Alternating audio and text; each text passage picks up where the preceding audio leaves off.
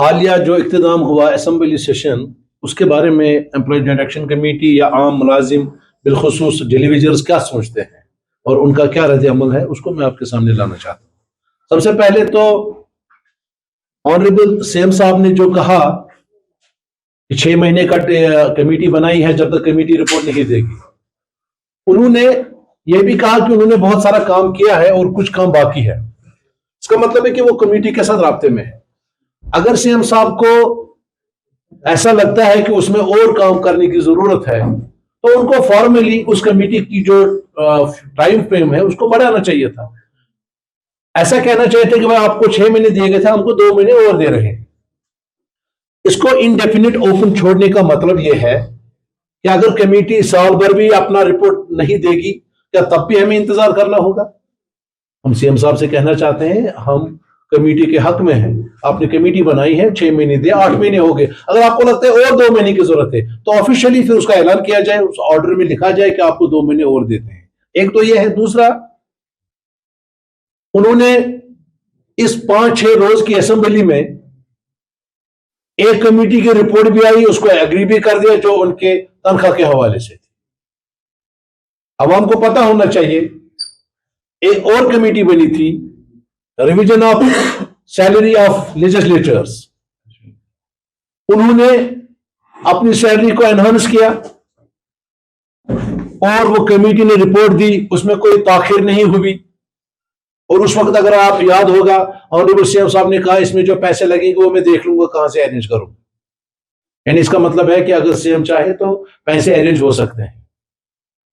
तो उन्होंने उस कमेटी को जो टाइम फ्रेम दिया था, उसने अपना रिपोर्ट उसमें पेश किया और तनख्वाह में बढ़ोतरी की। हम वेलकम करते हैं, वो लेजिस्लेचर हमारे हैं, हमारे इलाकों में ही वो डेवलपमेंट करते हैं, उनका हक बनता है।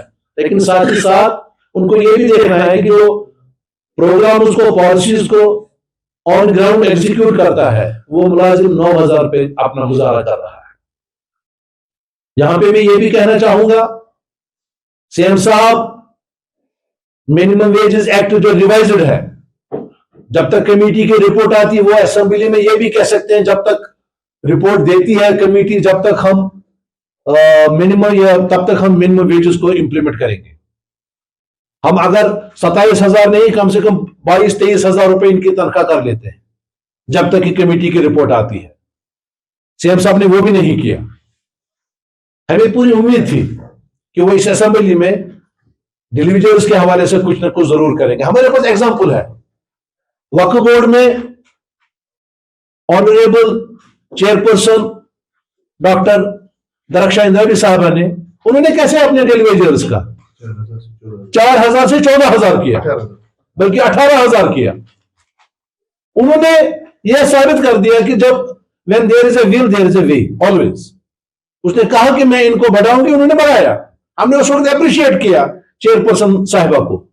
लेकिन वो एक बेंचमार्क था फिर हमारी बाकी ब्यूरोक्रेसी के लिए, हमारे मिनिस्टर्स के लिए, कि वो देखें कि जो डिलीवरीज है, कैजुअल लेबर्स है, सीजनल है, इनकी तनख्वाह भी हम कम से कम बढ़ाएं। एक तो यह था। दूसरा, मुझे यह कहना है कि जो इस वक्त फिगर गर्दिश कर रहा है सोशल मीडिया पे, 1 लाख से कुछ ज्यादा, इस बारे में लोगों को कंफ्यूजन में नहीं रहना चाहिए। आपको इसका बैकग्राउंड पता होना चाहिए। सरकार ने 2014 में जो कैबिनेट सब कमेटी बनाई, जिसके सरबराह मोहतरम ऑनरेबल स्पीकर साहब जो इस वक्त है, उस वक्त फाइनेंस मिनिस्टर थे, उस वक्त उन्होंने स्क्रूटिनाइज किया। स्क्रूटिनाइजेशन के बाद 61,000 लोगों का जो फिगर था वो मंजर आम पे आया, जो उस वक्त डॉक्यूमेंटेड है। अभी भी सरकार के पास वो डॉक्यूमेंटेड है। 16,000 2014 में। 2014 के बाद 2015 में एम्प्लॉयमेंट पे बैन लग गई, और जब बैन लग गई उसके बाद में 2017 में जब इन्होंने फिगर देखे, अगर 14 में 61,000 थे, 15 में जब बैन लग गया, अगर अब ये फिगर बढ़ा होगा एक साल, तो कितना बढ़ सकता है? 2 गुना तो नहीं हो सकता ना। 61 के बजाय हम 65 ले लेते हैं, 70 लेंगे। लेकिन उसके बाद में सरकार ने कुछ स्कीमें इंट्रोड्यूस की जम्मू कश्मीर में, मुख्तलिफ महकमों में, और उन स्कीमों के तहत जिन टेम्पररी मुलाजमीन को रिक्रूट किया गया, जिनको अपने डिपार्टमेंट में लाया गया, उनकी जो सर्विस है वो गवर्न करती है वो रूल्स एंड रेगुलेशन जो उस स्कीम में है। जैसे रहबरी खेल है, जैसे रहबरी जंगलात है। तो इसका मतलब यह है कि जो 61,000 लोग डॉक्यूमेंटेड है, जिनको स्क्रूटिनाइजेशन के थ्रू कैबिनेट सब कमेटी ने headed by the then finance minister honourable Rafiq sahab, उस वक्त 61,000 थे। उसके बाद में जो कुछ उसमें ऐड हो गए 2015 तक, या उसके बाद में जो इन्होंने स्कीमों में लोगों को लगाया, आप उनको उसके साथ नहीं जोड़ सकते, क्योंकि उनके सर्विसेज को आपने रहबरी खेल में एक एग्जांपल देता हूं, उसमें आपने कहा 7 साल हो गए इनको रेगुलराइज होना है अगेंस्ट द पोस्ट, तो अब वो सरकार उसको रेगुलराइज करेगी, वो इनके साथ नहीं जोड़ सकते। तो वो आज लोगों को ये कह रहे हैं भाई 1 लाख है, 1,10,000 है, नहीं, आपको उसकी सेग्रीगेशन करनी पड़ेगी। जो 2014 में 61,000 था, उसमें जितनी भी बढ़ोतरी हुई थी तब तक, जब तक सरकार ने बैन लगाई, वो 5,000, 6,000, 10,000 हो सकते हैं, 1 लाख नहीं हो सकते। तो इस कंफ्यूजन को समझने के लिए जरूरी है कि आवाम को पता चले कि 1,05,000 नहीं है, ये वही 61,000 है, और ज्यादा से ज्यादा 70 होंगे। लेकिन उसके बाद में जितने भी लोग यहाँ पे रिक्रूट हुए वो कुछ स्कीमों के तहत हुए।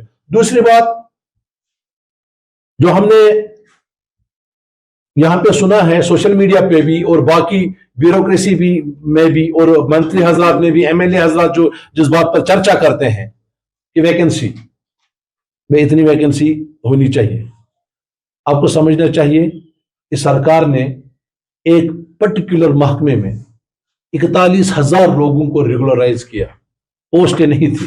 दे हैव क्रिएटेड 41,000 पोस्ट्स, वो भी इस ईजा की इकाई थी। हमने भी उस जदोजहद में अपना हिस्सा डाला है और वो सही किया सरकार ने।